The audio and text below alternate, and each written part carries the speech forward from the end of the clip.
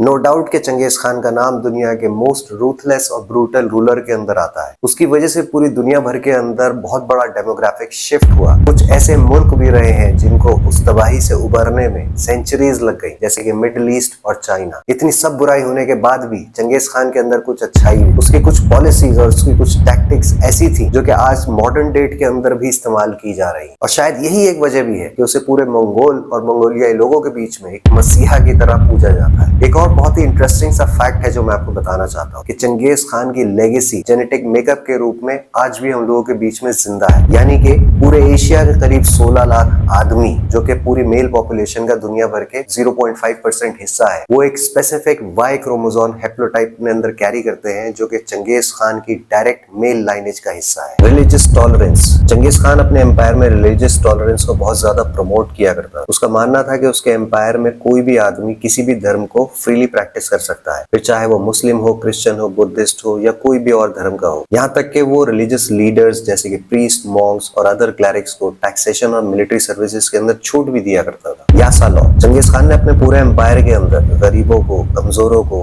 औरतें, बच्चे और प्रॉपर्टी को सेफगार्ड करने के लिए कुछ कानून बनाए थे, और अगर कोई गलत काम करता है तो उसको सख्त सजा देने का कानून था। Pension scheme. चंगेज खान अपनी सेना के हर एक आदमी का पूरा सोशल रिस्पॉन्सिबिलिटी का जिम्मा लेता था। यानी कि अगर वॉर के दौरान उसकी सेना का कोई भी आदमी मर गया या जख्मी हो गया जिसकी वजह से वो आगे काम नहीं कर सकता, तो चंगेज खान इस बात को पूरा इंश्योर करता था कि उस आदमी के परिवार वालों को उसकी लूटी हुई रकम में से कुछ ना कुछ हिस्सा जरूर भेजा जाए। Merit based selection. Genghis Khan आदमी का उसकी एबिलिटी के बेसिस के ऊपर अपनी सेना में या अपने दरबार के अंदर सिलेक्शन किया करता था। उसके अंदर एक खास बात ये भी थी कि जब भी वो कोई वॉर जीतता था तो ओपोनेंट साइड से किसी भी यतीम बच्चे को वो गोद ले लिया करता था और उसको अपने बच्चे की तरह पाला करता था। Messaging system. ये चंगेज खान ही था जिसने स्टैंडर्ड मैसेजिंग सिस्टम को इंट्रोड्यूस किया था। अपने दूसरे राज्यों तक मैसेज पहुंचाने के लिए चंगेज खान ने एक बहुत ही इनोवेटिव तरीका निकाला था जिसको याम सिस्टम कम्युनिकेशन कहा करते थे। ये एक पोस्टल रिले नेटवर्क था जिसके अंदर अलग अलग स्टेशंस बना दिए गए, यानी कि उसका एक घुड़सवार उसका मैसेज लेकर के निकलता था और एक स्टेशन तक पहुंचता था जहां से उसे एक फ्रेश घोड़ा और फ्रेश खाना मिलता था। इसकी वजह से उसका मैसेज कम टाइम में बहुत ज्यादा डिस्टेंस कवर कर लिया करता था और पहुंच जाया करता था। स्पाइंग। चंगेज खान ने एक बहुत ही एक्सपेंसिव स्पाई नेटवर्क तैयार कर लिया था जिससे वो अपने दुश्मनों के बारे में उनके इंटेलिजेंस और पोटेंशियल्स पहले ही जुटा लिया करता था। उसके जासूस